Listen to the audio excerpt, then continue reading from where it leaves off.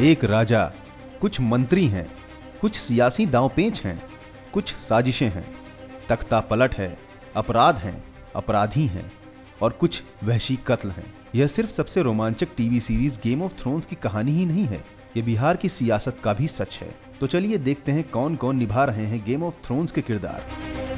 Game of thrones का character Lord Vries अपनी जासूसी, कुशल राजनीति और मौका परस्ती के लिए मशहूर है। मौका पड़ने पर पाला बदल लेते हैं। अब इससे आगे कुछ कहने की जरूरत है क्या? एक समय अपने राज्य के शासक, उसके बाद राजा के करीबी रहकर काम करने वाले नेड स्टार्क का गला खुद राजा ने ही कटवा दिया था। अब यही तो हुआ है नीतीश कुमार और लालू यादव के साथ। गुस्सैल रानी, जिसे हमेशा उसके पिता या पति ने बताया कि क्या करना है, हालांकि रानी की अपनी अकल भी कम नहीं थी। अंत में रानी ने अपने गुस्से के कारण सब दुश्मनों को जलाकर मार दिया। अगर आप सोच रहे हैं कि मैंने हीरो का नाम बिहार के विवादित डिप्टी सीएम के साथ क्यों लिया, तो इसका सिर्फ एक ही कारण है, you know nothing Jon Snow. बस तेजस्वी यादव की भी हालत वैसी ही है।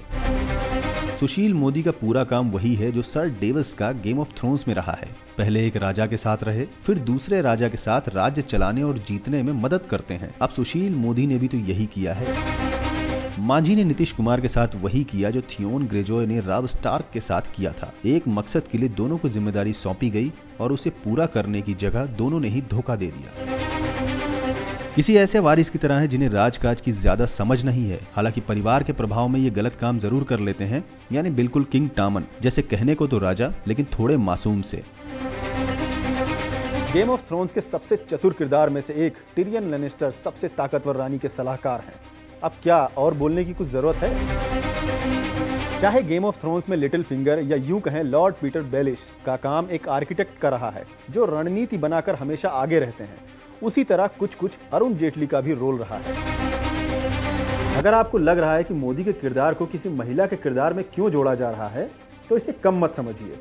यह महिला गेम ऑफ थ्रोन्स की सबसे ताकतवर महिला है। इसके पास 3 ड्रैगन हैं और हजारों लाखों सिपाहियों की सेना।